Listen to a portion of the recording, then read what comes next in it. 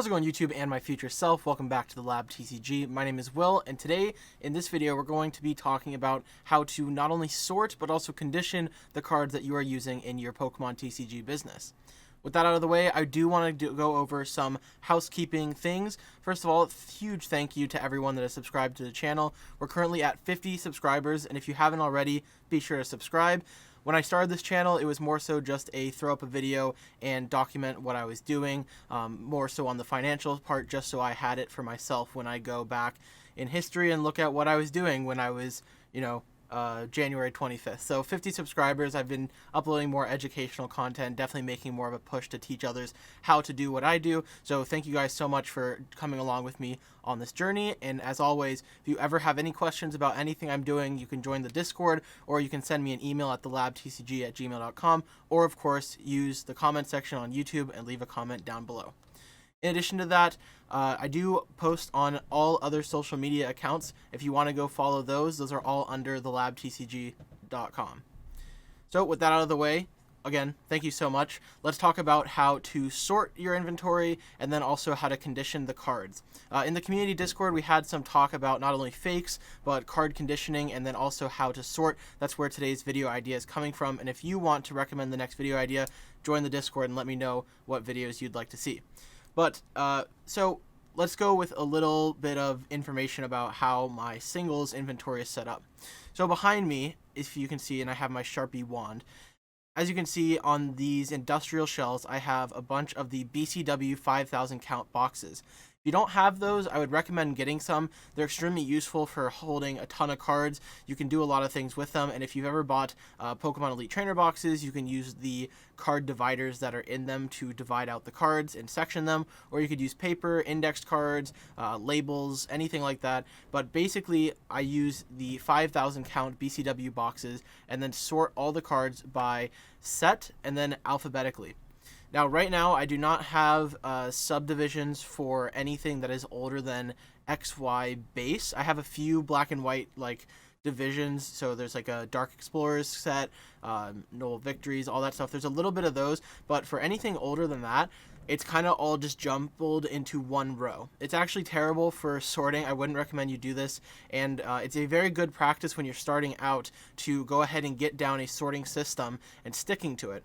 Because if you start to have tons of cards lying around, not only are you going to lose track of inventory, you're not going to know what you have, you're going to mess up on orders when you say you have this many of a card, you don't, or you can't find it. For example, when I started out, I had random stacks of cards everywhere, and it would be like, oh, I need this card that I haven't seen in a couple days. I have no idea where that is. Then you refund the buyer because you have no idea where the card is. So if you get down a rigorous sorting system, and you stick to it throughout your entire reselling business, you're going to avoid a ton of problems, and you're going to know exactly where your cards are. So like I said, I have about 13,000 cards on TCGPlayer only. I have way less on eBay. It's probably around 20, mainly ultra rares, but on TCGPlayer alone, I have 13,000 cards listed, and that is what all those BCW boxes are. And then set alphabetical. When you're filling orders on TCGPlayer, you have the packing slip that you print out. It tells you exactly the set, and then the card name, the number, and then what rarity it is. So I like to go set because I know if I need a Jigglypuff to fulfill a order, it's going to tell me Hidden Fates as one of the first things on the item name. So I go Hidden Fates, and then I know I'm looking for Jigglypuff, so I look at Jigglypuff in the row of Hidden Fate stuff, and then I take out the Jigglypuff and just verify the number and the condition. So I also like to go the lower number in the set first. So if there's two Charmanders from Team Up, I think it's Charmander 11 and Charmander 12. I know this because I just fulfilled an order for this. My Charmander 11s go before the Charmander 12s. In addition to that, when it comes to condition, I like to put the cards that are in better condition first, and then the cards that are in worse condition last. There's no real reason to that, and it's actually not a great system, because sometimes if I don't do that, they'll get mixed up. But we're going to go over the condition checks in a little bit here, and that's kind of how I visually check, is this the moderately played copy or the lightly played copy?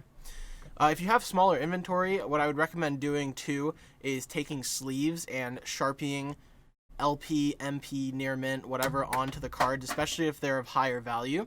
And that is a good way to distinguish without damaging the cards whether you have a near mint copy of the card or an LP copy of the or lightly played copy of the card. So yeah, like I said, they're all stored back there, set, then alphabetical. It makes it extremely easy to go ahead and find cards. And when I go fulfill an order, I'll just separate the cards, take out a chunk from where I believe the first letter is, and then sort through them, find the cards, take them out, and then fulfill the order that way. In those rows, there are multiple sets, so that's where the dividers comes in. You want to set dividers so that you know what set is what.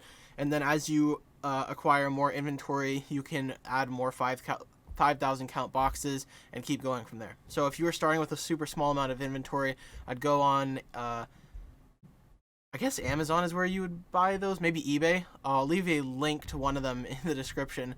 I know I bought mine from my supplier or distributor, but I guess you would buy them on Amazon or eBay.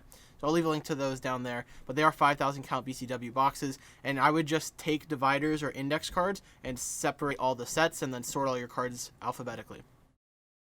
And then when I'm taking in raw inventory, I kind of set it up the same way. So if I buy a bulk collection and I'm wanting to list all the bulk cards, I don't really do this anymore, but if I was buying a bulk collection and wanted to list everything individually, I would just take a stack of cards, start sorting them by set, and definitely get good with recognizing the set symbol to the set name. When I was playing the card game a lot, we would have to write out deck lists, and that's how I know the set symbol and the set name so well. But definitely get familiar with those, like know that the sparkly little stars is hidden fates, and that the it's a lot. I guess it's not really easy to explain, but look up Pokemon set symbols and set names. Just start memorizing those, and as you go through, kind of put them together.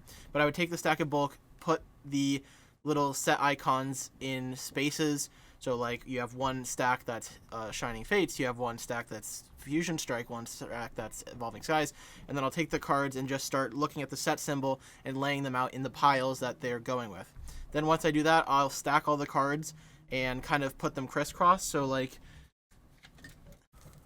if this set is Fusion Strike, this set is Evolving Skies, I'll stack it like this so that I know there's a separation there. I'll do that and then take one of the set like blocks and then just start alphabetically listing those out. Also, I don't have it next to me, but I have a playmat that I Sharpied on and just started, I took it, divided it into one letter for the alphabet. So we have A to Z, and then kind of cut out little boxes with the letters so that I can sort the cards like that. And it's super, super simple. You would think that it'd be easier to just go like, all right, A before B before C, but when you're doing it over and over and over again, it can get a little annoying. So I'll sort out all the set cards alphabetically, and then from there I will sort out those subcategories of the letter into the secondary letter and so on. So I'll pick up the A pile, sort out, okay, the first letter is A, but the second letter is B, so this goes into B. This second letter here, C, goes into C. Stuff like that. So the sorting is completely up to you how you want to do your sorting. But that's how I do it. It's set, then alphabetical. When it comes to condition, better before worse, and the numbers in numeric order. A lot going on there. So if you caught all that, good. And like I said, completely up to you how you want to sort your inventory. Do what works for you. But I definitely recommend that you get a rigorous system going and you stick to it. Otherwise, you're just going to have stacks of cards everywhere and lose inventory, and it is the absolute worst. All right, now, condition. Condition is in the eye of the beholder. There's really no way to completely sum this up because there are so many times where a near mint card looks near mint to one person but is lightly played to another, and a lightly played card is moderate to another. There isn't, not everyone agrees on what the cards are. For example, if I'm selling a near mint card, if it has any whitening on it, instantly lightly played. Now, I know that not everyone thinks that way, because technically a near mint card is not a mint card. But if I am selling a card to someone, I want them to have, no doubt as to what the condition is. So when it comes to TCGPlayer, I tend to list all of my inventory a click down from where I think it's going to be. So if I think it's a near mint card, I'll list it lightly played. If you go on my TCGPlayer, you'll see that most of the cards I have on there are listed as lightly played, even though those cards are in completely fine condition. Same with moderate. If there's more whitening than I think is acceptable, I won't list it as lightly played, I'll list it moderate. If there's any sort of damage on the card, whether that's a nick, a huge edge wear, scratches, stuff like that, or a bend from shuffling it or something, instantly damaged. Even if the card is in flawless condition, if there is a nick or something at the bottom, I'm not taking that risk, and I'll just list it at damage and then put it at the lowest rank there is. Now for eBay, what I would do is select the condition that you think the card is, take pictures and be very specific with the pictures, show off the edge wear, show off the scratches, show off everything you can about the card. That's one of the things about eBay that's cool, is you have the pictures. In the description, I would not only say the condition again, put it in the title, put it in the description, but then also draw attention to the picture so that the buyer knows what they are getting. So like, this card is in lightly played condition, has edge wear. Please see photos before purchasing. And if you do that, you can bring that up in an eBay case. You're not always going to win, but if they dispute it and don't want to return it, you can say, look, the description says look at the photos. Also in the condition box, you could copy paste the TCGPlayer guidelines or any other guidelines and say, look, this is the condition of the card. With that being said, I'm going to leave a link to this in the description. This is the TCGPlayer guidelines for conditioning. So technically, as a buyer or seller on TCGPlayer, you should be abiding to these anyways. So for near mint, and I'm going to put a screenshot of this on the page too so you can read along. Cards in near mint condition show minimal to no wear from shuffling, play, or handling, and can have a nearly unmarked surface, crisp corners, and unblemished edges outside of a few minimal flaws. A near mint card may have tiny edge or nick, or a tiny scratch or two, but overall look nearly unplayed with no major defects or flaws. So, like I said, if there's whitening on the card, in any shape or form, any nicks, I instantly put it lightly played. But according to TCGPlayer, that's a near mint card. So that is up to you how you want to run your business with like that. I find that taking cards down a level avoids customer returns. I think I've had like one complaint about condition, and I've done over 2,000 individual orders on TCGPlayer. So that's up to you. Lightly played cards in lightly played condition have minor border or corner wear, or even just slight scuffs or scratches. There are no major defects such as liquid damage, bends, or issues with the structural integrity of the card. Noticeable imperfections are okay, but they should not be too severe. So just a couple edge wear, anything like that. Moderately played cards in moderately played condition can have border wear, corner wear, scratching or scuffing, creases or whitening, or any combination of mild examples of these marks. Basically, take a lightly played card and make it a little bit worse is what that's going to be. And then heavily played, this category, there's been times where I play with the heavily played cards and just make them damaged if they're that bad. I mean, I'm sure we've all seen some bad cards. I'd rather just list them as damaged than avoid like getting in trouble for listing something heavily played that shouldn't be. Heavily played cards in the heavily played condition show a severe amount of wear. Cards with less than 30% of the surface being liquid damaged are typically accepted, but may be considered damage if especially detrimental. Heavily played cards can have one small instance of missing ink, along with major creasing, whitening, or border wear if the card can still be sleeve playable. That's another thing that can kind of teeter-totter the damaged versus playable. If the card is playable in a sleeve, which heavily played is probably where you go there. If it's damaged, list it damaged.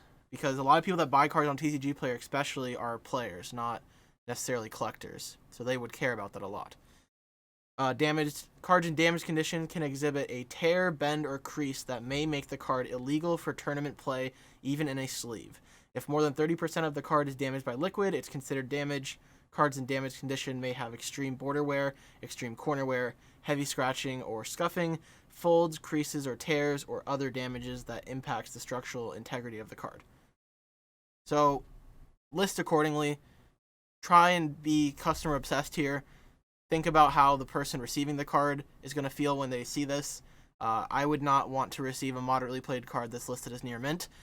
And generally speaking, you can get pretty close to the same amount of money for some of these cards. Not always, but on TCGPlayer, if you are pricing the cards competitively, there's a lot of times where I just list near mint copies as lightly played, undercut the near mint seller by a penny, and they still all sell out. Especially on cards that are selling a ton, like Drizziles, they're going to end up selling out, and even if you list your listing on the second page, eventually it's just going to hit the bottom and sell out. So that's going to be it for this video. That's on how I sort my cards and condition them. If you have any questions about this, I know it's a very in the eyes of the beholder topic, so my opinion may differ from yours. If you want to share your opinion or ask questions about mine, go ahead and leave them in the comments. As always, feel free to join the community Discord or send me an email at thelabtcg.com. And also, if you are just starting up your business, go ahead and check out the description. I have an entire supplies list of what supplies I use for my business. Disclaimer, they are affiliate links. And I'll go ahead and put the BCW 5,000 count boxes down there as well. Thank you guys so much for watching. Again, thanks for 50 subscribers. Have a great one, and I will see you all next week. See ya.